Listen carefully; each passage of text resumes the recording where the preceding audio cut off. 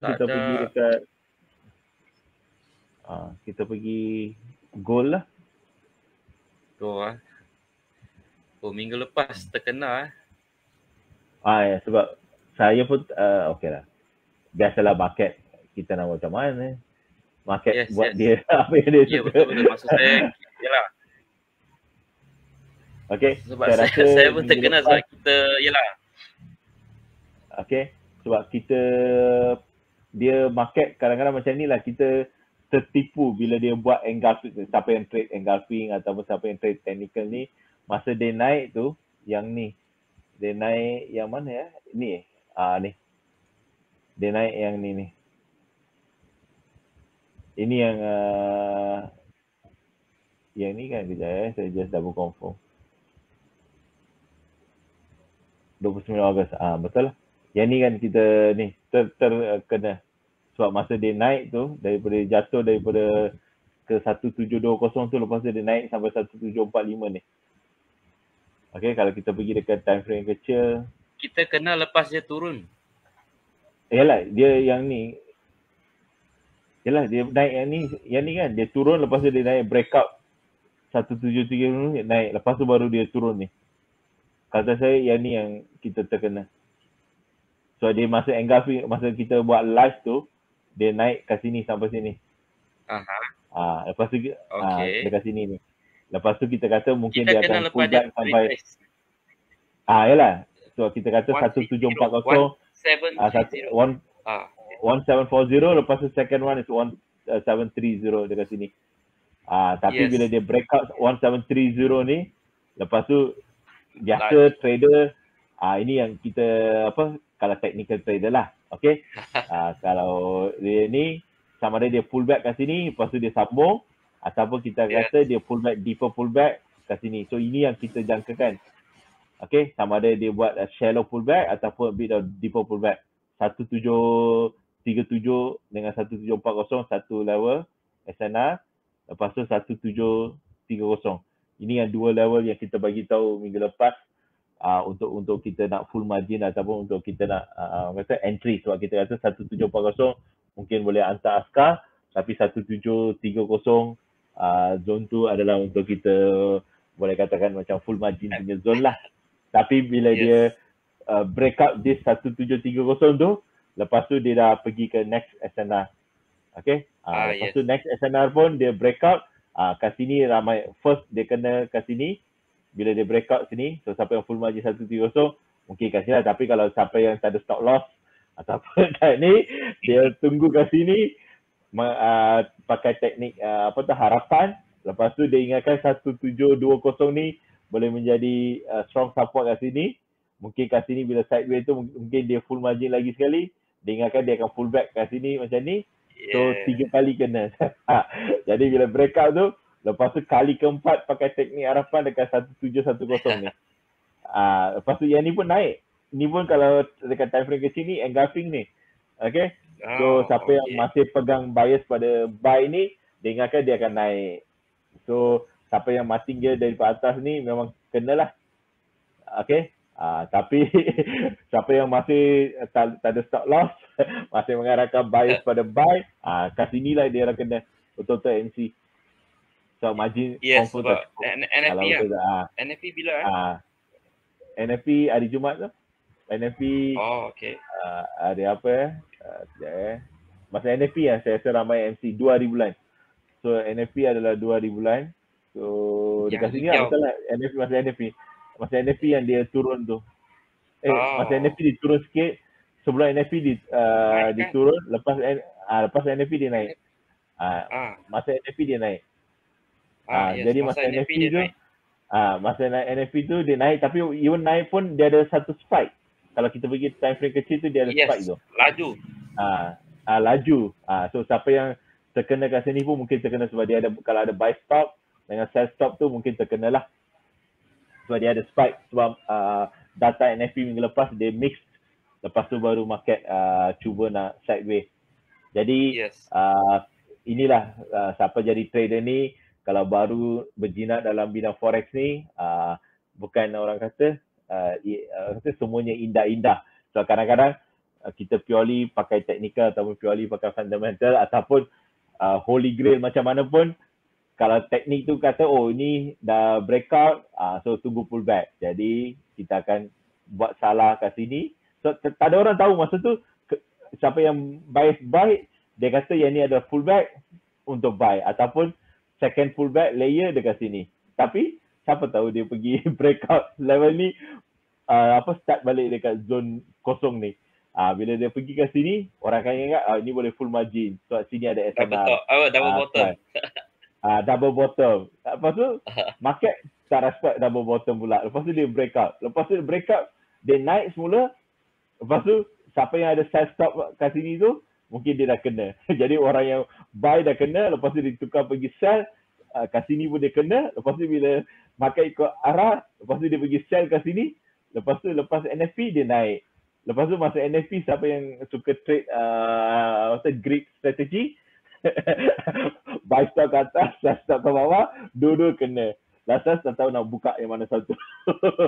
Jadi kalau kadang-kadang lepas tu suatu kadang-kadang siapa yang just ikut satu arah, ada beberapa trader dia just suka satu arah, dan mungkin dia boleh profit lah. Contoh kalau dia buy di bawah ni, mungkin dia dah profit, ataupun sell dekat sini mungkin dia adalah ambil TP kecil-kecil. Tapi siapa yang orang kata suka hedging ataupun suka main grid, dan memang terkena lah kalau masa NFP ataupun ni sebab dia spike satu batang tu.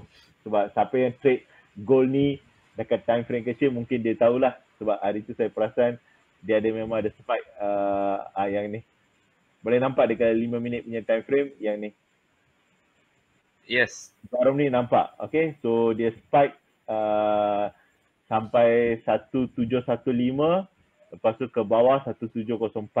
So almost dekat $10 lah. Tapi ini nampak macam kecil, tapi siapa yang letak buy stock, contoh lah masa tu sebelum NFP dia duduk kat sini. So dia pergi letak buy stock kat sini, lepas tu dia letak sell stock kat sini. Contoh ada satu sell stock atau dua sell stock. So dia ambil 3 entry ke atas atau 4 entry, dia ambil 2 entry ke atas, last orang kata margin tak cukup sebab dia punya spread kembang masa dalam 1-2 saat ni. So sebab tu ada masa kita boleh pakai grid strategy ataupun hedging strategy, tapi ada masa teknik tu tak menjadi. Jadi kadang-kadang sebab tu orang kata kadang-kadang kita kena mix and match beberapa teknik supaya contoh macam NFP ni kadang-kadang kita tak ada pakai grid strategy.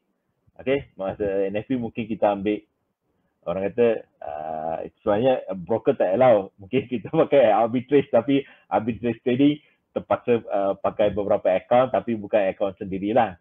Itu pandai-pandai lah saya selalu cakap kat sini. So terpaksa pakai as long as apa broker tak apa orang kata tak kesan yang you all want arbitrage trading, dan okay lah. Okay, so yeah. Kita ada statement dari Tuan Fik. Dia cakap full margin buy 1730 profit 70 pip ke? Ya. Tapi siapa yang ambil TP kecil mungkin boleh. Contoh kalau hari tu siapa yang buy 1730, kalau saya ambil kat sini kan. Okay, 1730. Dia pull back 1730. Kat sini. Kalau dapat siapa yang ambil dalam 50-60 pip, yang ni mungkin untung. Dekat sini. Tapi biasa itulah, macam trader yang sebab tu kadang-kadang scalper ni dia kalau dia pandai orang kata ambil lot besar tapi TP kecil, maknanya 10 pip, 20 pip, tapi dia pakai satu lot, dua lot ataupun 10 lot. Okay, then kat sini untuk sebab memang 1730 tu satu tempat yang ni. Dia ada dua level, 1737 kat sini dengan 1730. Sebab tu hari tu saya ada mention yang dua level ni. Okay, tapi kita pun tak tahu yang dia takkan dia akan break yang ni, level ni. Sebab kebetulan masa tu US dollar dah mula kuat daripada sini ni. Dia dah reverse. Kat sini kita nampak macam US dollar akan melemah. Tapi lepas tu start dari sini sampai ke bawah ni US dollar melemah. Ada beberapa faktor-faktor lain yang orang kata dia reverse initial trend ni. Sebab kalau ikutkan apa-apa breakout strategi ni, kalau ikutkan betul-betul ini dah orang kata dah bias buy dah dekat time frame kecil, tapi of course time frame besar masih bias orang kata sell lah. So, kalau kita tengok kat sini masa dia turun ke level ni, okay, yang ni ini memang dah confirm sell sebab ini dah orang kata almost 1, 2, 3 macam ni. So yang naik ni kalau kita dalam time frame kecil bias buy, tapi time frame besar memang masih bias sell. Tapi memang kita punya analisa pun memang bias sell, tapi cuma kita kat sini ni kita ingatkan dia akan ada pullback, dia akan naik atas sebelum NFP baru turun. Okay, so saya ingatkan masa NFP tu, sebelum NFP tu dia akan naik. Okay, tapi kebetulan masa NFP tu, sebelum NFP tu dia dah turun, lepas NFP baru dia naik. Ataupun sebelum beberapa jam satu session tu sebelum NFP tu dia dah start naik daripada European session tu. Okay, tapi biasalah. So apa yang saya nak highlight kat sini, biasa macam tu lah, kadang-kadang technical ke ataupun fundamental ke ataupun apa-apa ataupun mixture of anything, we can get it wrong. So market just buat apa yang dia nak.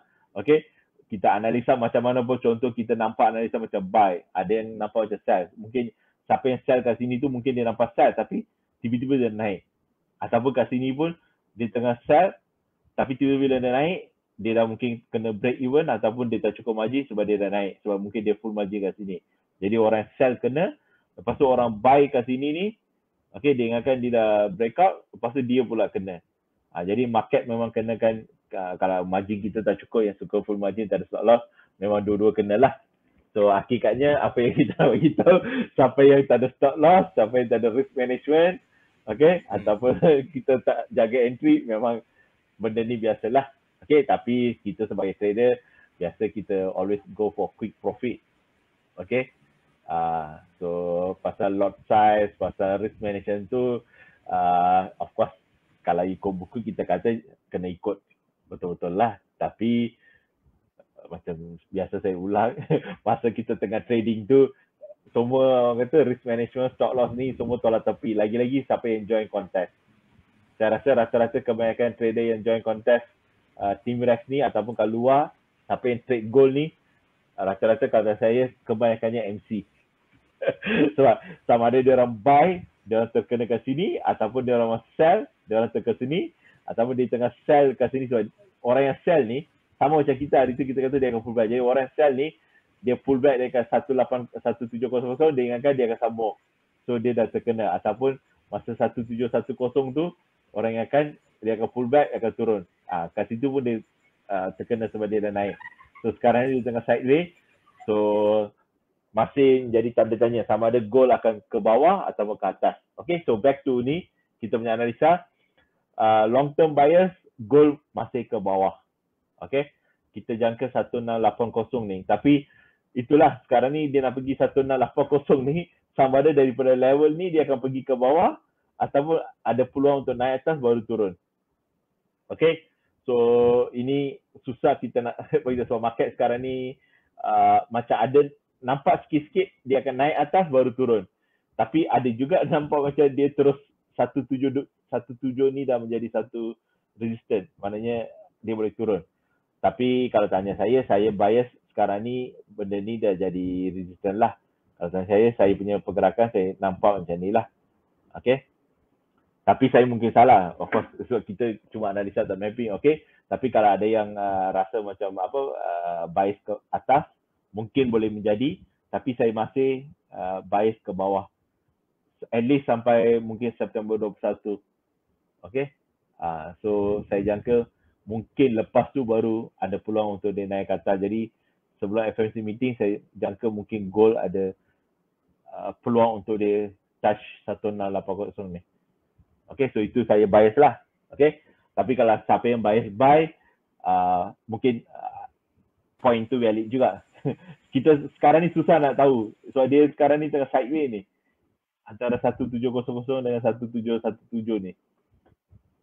Jadi kita susah nak cakap sekarang ni dekat mana. Kalau katakan dia dah sampai ke 1680, dan saya akan kata probability akan ke atas. Ini senang sikit kita nak cakap. Tapi masalahnya dia duduk kat tengah-tengah dunia ni sekarang ni. Dia boleh menjadi breakout ke bawah. Kalau dia breakout level ni 1707 ni, okay, level ni mungkin dia boleh pergi ke bawah. Tapi kalau dia breakout yang atas ni 1707, mungkin dia boleh pergi ke sampai 1727 ataupun 1728 around this zone lah. 1730 ni. Lepas tu baru turun ke bawah. Okay, dia boleh menjadi macam ni. Okay, Bun? Okay, baik. Terima kasih Cikgu Rashid. Sebab soalan ni saya tunjuk dekat ni lah DXY. So mungkin siapa tu? Baik. Siapa yang biasa tanya DXY ni? Ada viewer. Hari tu saya tak ingat. Yes. Hari ni tak ada. Okay. Tapi ada okay. Okay, satu yang tapi saya rasa kita pernah cakap lah, kita target 110. Memang dari bawah ni dia target 110, tapi dia terlajar sikit lah 110.26 ni. Okay. So sekarang ni kalau nampak ni memang DXY akan ke bawah lah. Sebab ni adalah satu level 110 ni orang kata satu BRN lah, big round number. Okay. So kita jangka akan ada pullback. Okay. Ini pullback saja, bukan maknanya weakness untuk US dollar, pullback saja. So maknanya kemungkinan besar mungkin dia boleh pullback, lepas tu dia boleh push ke 111. Okay. Tapi ini kita kena tunggu sebab saya rasa ECB meeting ni mungkin US dollar akan melemah. Jadi untuk minggu ni mungkin ada pullback sedikit. Banyak euro kuat. Jadi kita akan nampak pullback. Tapi lepas tu katakan US dollar kuat semula sebelum MFOMC untuk 1 atau 2 minggu, dan kita boleh nampak kemungkinan besar dia boleh pergi sampai 111. Okay. So yang ni kita kena tunggulah. Tapi saya rasa minggu ni sampai ECB meeting saya jangka penurunan ni lah. Okay, so 110 ni satu BRN. Okay. Okay, baik. Terima kasih Cikgu Rashid. So itu tadi tu adalah analisa untuk Go dan juga DXY ya. So kalau ada soalan tambahan